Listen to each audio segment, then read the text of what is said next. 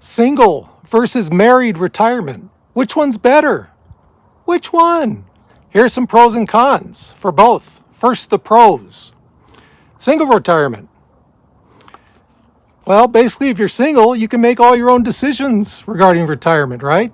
You don't have to consult with anyone else. It's all up to you. Whatever you want to do, you can do it, good or bad, right? You don't have to worry about maybe if a spouse might disagree with something that you want to do. It's all yours, baby. Plan it how you want. Another pro for single. It takes less money to retire as a single than it does as a couple. There are pros and cons to that part, just that as well. I mean, as a single, you won't be bringing in as much money, but if it's one person, it's just you. That's all you have to worry about providing for, your retirement nest egg is you. So in general, it takes less money to retire as a single. Number 3, if you fall into bad times, those bad times only affect you. You're the only one you have to worry about. You don't have to worry about your spouse, how she's going to adjust to bad times. Some people adjust better than others, right? Believe me, I know that. I've seen some stories. It's only you. Hey, if you go in bad times, crunch down. Don't eat out as much. Don't spend as much on entertainment. It's easy to break it down for yourself, right? Easy. Another pro with singles. There's less responsibilities.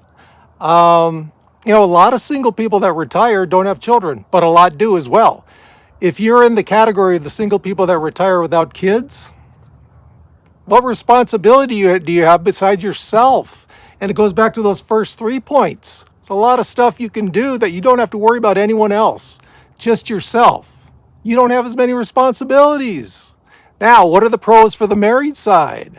What are they? Let's see. Number 1, you have company in retirement.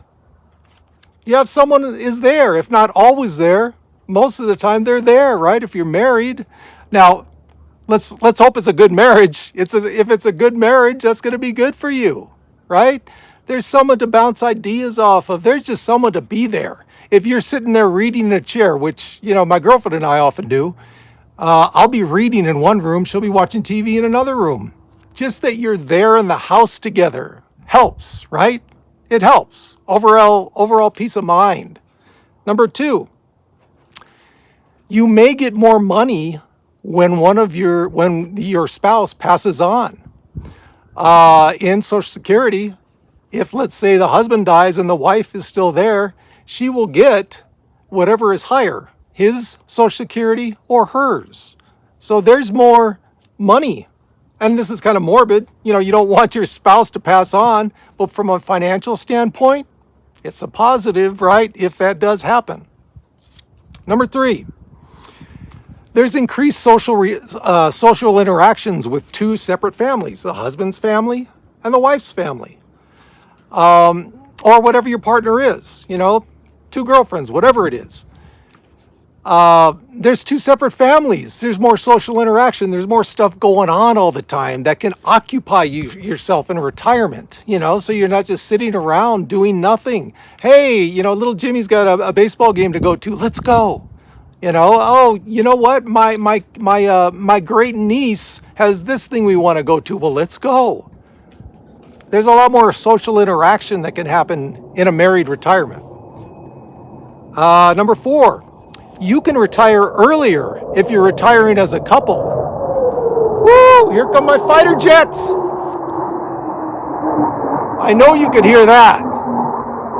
It's not an everyday occurrence, but when it is, oh, it's awesome. Awesome.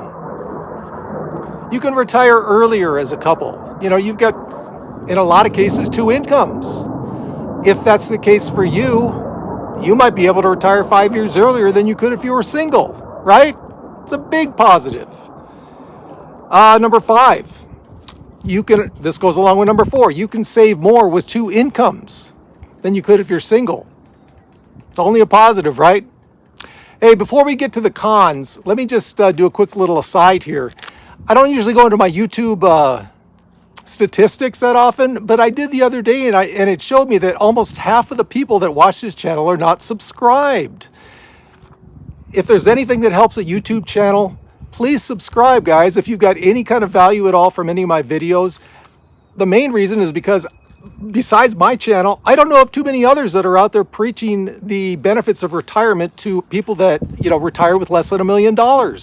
I want to get that message out. So please subscribe if you can. It's free. And it'll just help this channel get its reach out. So hopefully more people on moderate income can retire. And if you like the channel, obviously, please like as well. Now, the cons. Number one, if you're single, loneliness. It's an obvious one, right? Number one by probably a long stretch. You're by yourself. Not too much to do. No one to bounce ideas or just daily, conversation off of. Loneliness is a big con when you're a single retiree. Can be.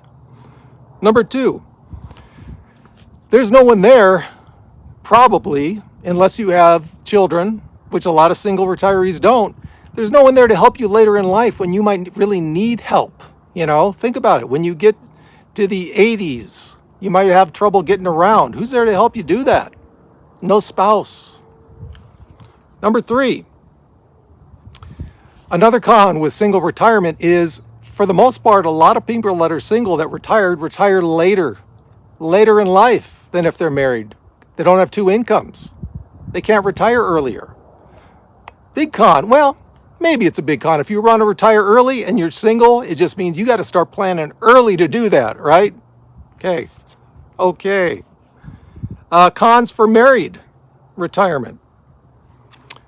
When you're talking about investment decisions to your wife or husband, you're probably going to need a compromise in a lot of situations, right? You can't just go, you know what? I'm changing everything to 100% stocks. Yeah, maybe your wife or husband might not like that. You can't just make investment decisions on your own. You have to talk that over with your spouse, good and bad. Hey, it might give you a total different perspective on, oh, you know what? That's a point I haven't thought of before. Thank you. Thank you for bringing that to my attention. But it can't be a con. If you just want to go in there headstrong and say, we're changing from this to this, that's it. No, you got to talk those things over with your spouse. The second con for married, the devastation when a spouse passes on. If you're single, of course, you probably have other family members that pass on, but if it's a spouse that passes on, I mean, when you look up, the top 10 causes of grief as far as the intensity that grief shows, I think it's either one or two is when a spouse passes away. It's a big con. Of course, is that going to stop you from being married and retired? No. But it can be a big con, obviously, when a spouse passes on. Number three, you have to do all your retirement planning for two people. Can't be just like, hey, I'm single, I can do this and do that in retirement. You're planning for two people. You got to figure out, okay, I'm going to retire now. Maybe you can retire in 5 years. Okay, is your spouse going to like that? That she or he is sitting around for another 5 years while you're retired? Maybe not. Got to talk all those things out with them. That's big. Dare I say, huge. And the last one I have, obviously, and you know what? As time has gone on, more in modern times, obviously, than 20, 30 years ago, people are getting divorced a lot more in retirement. Yeah, think about that. You've got your retirement savings sitting there, and then you have to go through a divorce. All that time you've planned. We're going to retire with this amount of money at this age, and it'll hold us through 30 years of retirement. And then a divorce comes in there to throw a wrench into the whole thing. Yeah, that is big. I mean, let's say what? It takes away half your retirement savings for both you and your spouse. In some cases, that causes people to need to go back to work again after, let's say, 4 or 5 years of retirement. How awful would that be? If you didn't, it's not because you want to go back to work. It's because you have to go back to work. That would be terrible, right? So divorce is a big con of married retirement. So that's what I got, guys. What do you think? To be honest, I don't have an answer either way. I mean, I, as I've said before in my videos, my girlfriend lives in LA. I live up here where I live in the high desert. I spent a couple weeks there. I spent a couple weeks down in Los Angeles with her. Am I married? No. Am I single? Not really. So I'm kind of in the nebulous in between there. So, hey, my retirement's going well, but those are some pros and cons for married and single retirement. It's up to you. Let me know what you think. Give me some comments. Single, married, what do you think? And as always, guys, just remember, we got this.